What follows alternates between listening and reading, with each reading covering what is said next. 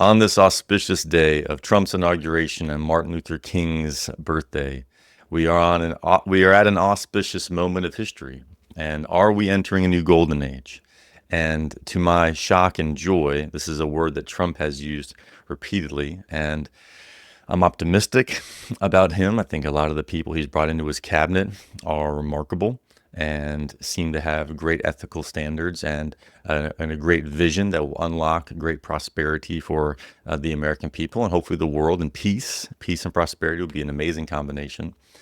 And I'm very skeptical.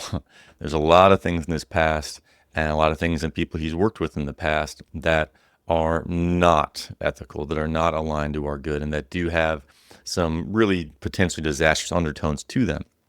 All that said, are we entering a new golden age is the question.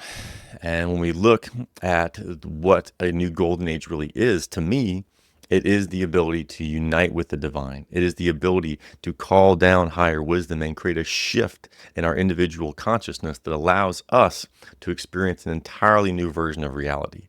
And if we can do that, if we can unite with the divine and we can make our consciousness and divine will one, then we have the power to totally shift our world. And that's what Christ was talking about. That's what countless saints and sages have been seeking for us to do. And how do we do that? That's the big question. How do we do that is the big question, as far as how we come into that divine alignment, how we come into that profound awareness where we can live like a Martin Luther King. And there's an amazing video I'll play at the end of this that is the last speech he ever gave. And in that last speech, he says that I just want to do your will. And I don't fear any man. I'm not afraid of anything. And the depths of his feeling and the energy that man could channel, and the profundity of his awareness and his power and his truth and his, God, just the essence of what he could channel. Obviously, if you've heard his speeches, you know.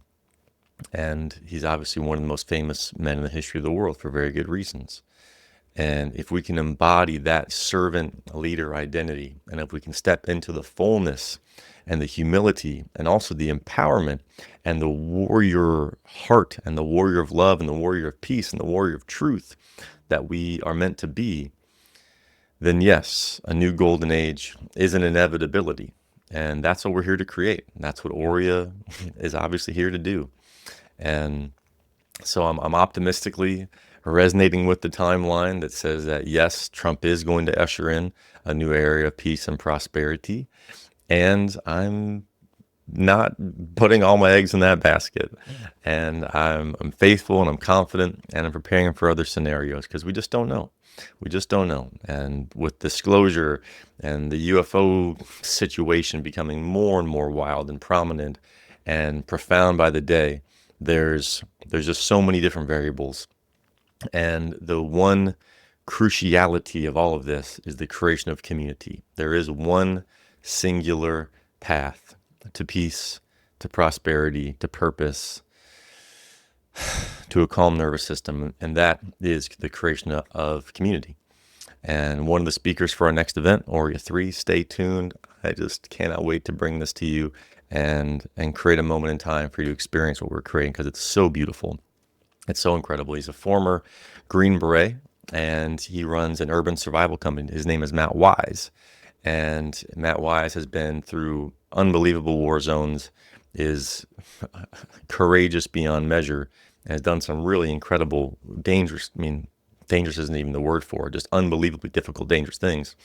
And in his view, the number one thing that creates the true resilience and empowerment in a community, if things did go wrong, if there was a power grid outage or an EMP or a war or a fascist takeover, whatever the hell could happen in our crazy, amazing, beautiful future, whatever bumps on the road may come en route to that place, the number one thing that creates survivability and thrivability for people, it's not a bug out bag, it's not 4,000 pounds of baked beans in your basement, it's your community. It's being able to have relationships and connections with other people that you know you can rely on. And that's what we're here to create, ultimately. So, yeah, so stay tuned. It's an honor to be at your service. It's an honor to help you get fear out of your life and bring love and joy and confidence into your reality and address the challenge that we face head on. You know, we're not here to be Pollyannas. We are not here to be ignorant or naive or uninformed. We're here to say, yeah, there's some real problems in the world, and there's some real problems with Trump, and there's some real problems with Elon Musk. And putting microchips in our brains does not sound like a good thing to me, no matter how benevolent that's dressed up as. That sounds incredibly dangerous. And Trump's history with the vaccines is incredibly dangerous. Not in support of that. Connections to Rothschilds and lots of other things in the past that are highly dubious and quite dangerous. And RFK has a lot of beautiful things to say and a lot of great intentions and a great track record. Also has some really strange connections to the CIA. So are we part of some Hegelian dialectic where we're being played against each other and we're being presented these false saviors? Perhaps you've seen Albert Pike's quote, the famous high-level Freemason, that said, when a hero is needed by the people, we will provide one, in so many words. It's a bit of a paraphrase. But what that hints at is that, the powers that be, the powers that were, they are creating this movie around us. And our ability to see the movie and to step into our directorship and into our openness to serve divine will and to receive that guidance and meditate on that daily and hold that intention, that creates a whole different perspective and power within us. And that's what the dark side is seeking to remove from our consciousness by tricking us and making us think that we're a cosmic accident in an infinite dark universe where there's no order, there's no meaning, there's no God. There's no divine presence for us to tap into and receive and express here in this world. And that's the big lie. That's the biggest lie that there is that we're alone and that we don't have divine guidance, that we're not able to tap into infinite intelligence, that we're not meant to live a wholly different life than we oftentimes think we are. And that's something that I'm here to create in myself as much as I can, inspire others to create in themselves, hold that intention, and create group ceremonial moments where the energy that each of us produces, like an array of batteries, we become exponentially, infinitely, almost more powerful. And that's also what they've tried to keep us fractured from, and what COVID did, and what our tribal warfare politics tries to do is only allow us to see this narrow band of reality, where we can only see this little spectrum of light, this little spectrum of the electromagnetic fullness of this amazing universe.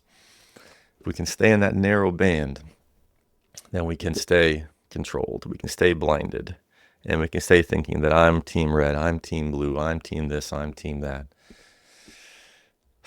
I'm limited, I'm broken, I'm emotionally disturbed, I'm traumatized. I am ...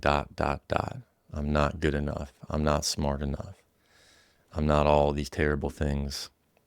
I'm not all these wonderful things I hope to be. I'm all these terrible things I judge myself to be.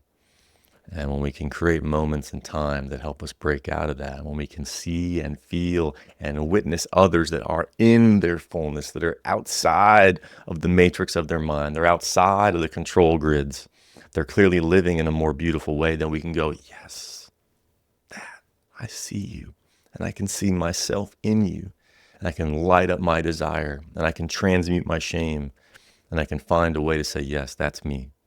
I'm here. I'm worthy. I'm present. I'm ready. And all of the self-deprecating, all the feelings of sitting at the kids' table, watching the adults, the old souls, the wise ones, speak their truth, do their thing, lead, while we sit back, hiding our paintbrushes, rejecting our keyboards, keeping our hammer and chisel that we could use to make our art, that we could use to share our voice and feel the grand, beautiful experience of being in our full self-expression and witnessing our life in the actualization and the manifestation and the creation of what lives inside of us, and our blueprint for life, our core desire, our soul's essence can go and come into reality here and now. That's what Martin Luther King did. And like him, love him, loathe him, that's what Donald Trump does. He brings his dreams into reality. And may they both be examples for us to wake up our divine aspect, our creatorhood, our openness to divine will, and our ability to receive that wisdom. So I'll drop the link to Martin Luther King's final speech below. Please give that a look because it's incredible. And it's one of the most beautiful things I've ever heard. And yeah, to the extent that I can create some kind of legacy that inspires a similar awareness, I'm grateful and honored. And I wish you all a magnificent day. And may we, yes, be stepping into a new golden age. And may we see everything as the perfect catalysts of challenge, of greatness to bring us into that reality. Much love and respect. Hope to see you soon. Subscribe, like, share, please, and check out the links below to stay connected because we are here to make a massive, beautiful impact in the world, and we're all part of it. So thank you. Take care.